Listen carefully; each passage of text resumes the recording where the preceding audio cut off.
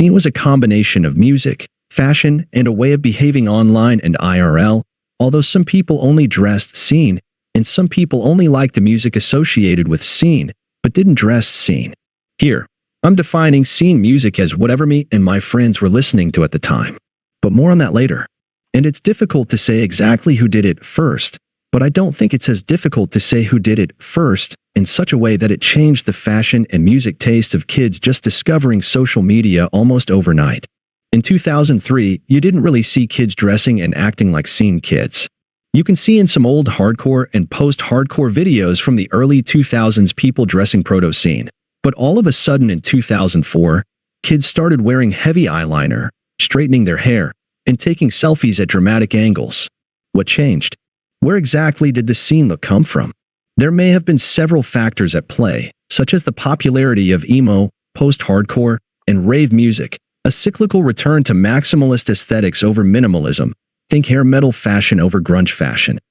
The rise of cartoons and anime featuring characters with spiky, unnaturally colored hair, and a website that, due to its ability to inject custom HTML and CSS, allowed for excessive customization of user profiles. But if all of these factors were the sticks of dynamite, who or what lit the fuse?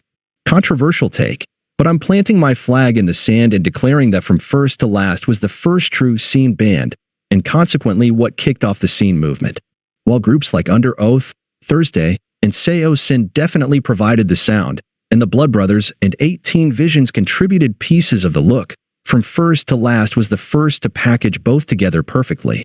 Without them, it's possible a whole generation of teenagers never would have picked up a straightener and given themselves names like Zaki Zealousy. Wink wink. I'm not entirely sure where the edgy naming came from, but I know that my first exposure to it was Avenged Sevenfold, with names like Sinister Gates and Zaki Vengeance, so I'll credit them. If you're just discovering the scene for the first time today, Ollie Sykes is probably your go-to image for a typical scene guy, and Melissa from The Millionaires might be your mental image of a scene girl. And with good reason. But I can tell you that from 2004 to 2006, every scene guy, myself included, was trying to copy the look of Sonny Moore. Sonny was the front man for From First to Last, and he ended up being a mover and shaker twice in his career. First as the template for the scene look, and second as Skrillex. Bring Me the Horizon technically released their first EP in 2004, but they didn't really get big until 2006 when they released Count Your Blessings. Some of the first scene queens I remember seeing were Audrey Kitching, Kiki Cannibal, Melissa, and Danny Gore, also of The Millionaires. It's admittedly easier for me to trace the roots of the scene guy aesthetic than the scene girl aesthetic, so if someone wants to fill in the gap in the comments, it'd be greatly appreciated.